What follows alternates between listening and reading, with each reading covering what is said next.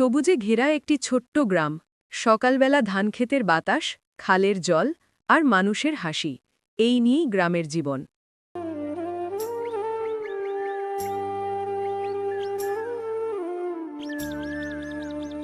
রাহুল, বই নিয়ে বসে থাকিস না, আয় হাল ধরা শিখ। ওকে বকো না, ছেলে স্বপ্ন দেখে বলেই তো আলাদা। আমি শুধু চাষি হতে চাই না মা, আমি চাই নতুন কিছু করতে যা সবাইকে অবাক করবে।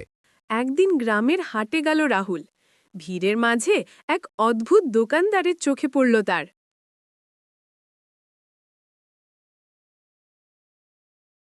এই নে বীজ, এটা সাধারণ না, এটা স্বপ্নের বীজ। যত্ন নিলে বিস্ময় ঘটবে। কেমন বিশ্ব? বিশ্বাস রাখিস, এই বীজ তোর স্বপ্নকে আলোকিত করবে। বীজ হাতে পেয়ে রাহুলের চোখে ঝিলমিল করল কৌতূহল। বাড়ি ফিরে সে খালের রাতে হঠাৎ দেখা গেল বীজ থেকে এক ফোঁটা আলো বের হচ্ছে, যেন স্বপ্ন জেগে উঠেছে। কয়েকদিন পর গ্রামে ঘটল অদ্ভুত ঘটনা। বীজ থেকে জন্ম নিল এক বিশাল সোনালী গাছ। হায় আল্লাহ, এ কেমন গাছ রে বাবা? এটা তো অচিন জিনিস। রাহুল, তুই কিছু জানিস? হ্যাঁ বাবা, আমি যত্ন নিয়েছিলাম। এটাই সেই স্বপ্নের বীজ। বাচ্চারা খুশিতে গাছের নিচে বই পড়তে শুরু করল।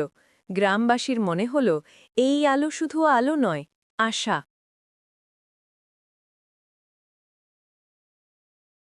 এই গাছ তো আশ্চর্য, গ্রামের ভাগ্য পাল্টে দেবে।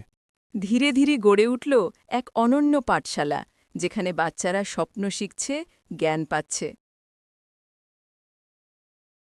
আমাদের স্কুল নেই, কিন্তু এই গাছের তলায় আমরা পড়তে পারি। তুই শুধু আমার ছেলে না, তুই এই গ্রামের গর্ব। স্বপ্ন দেখলে আর চেষ্টা করলে সবই সম্ভব। রাহুল আমাদের গ্রামের আশার আলো।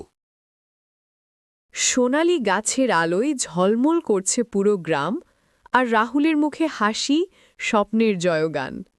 এই গল্প প্রমাণ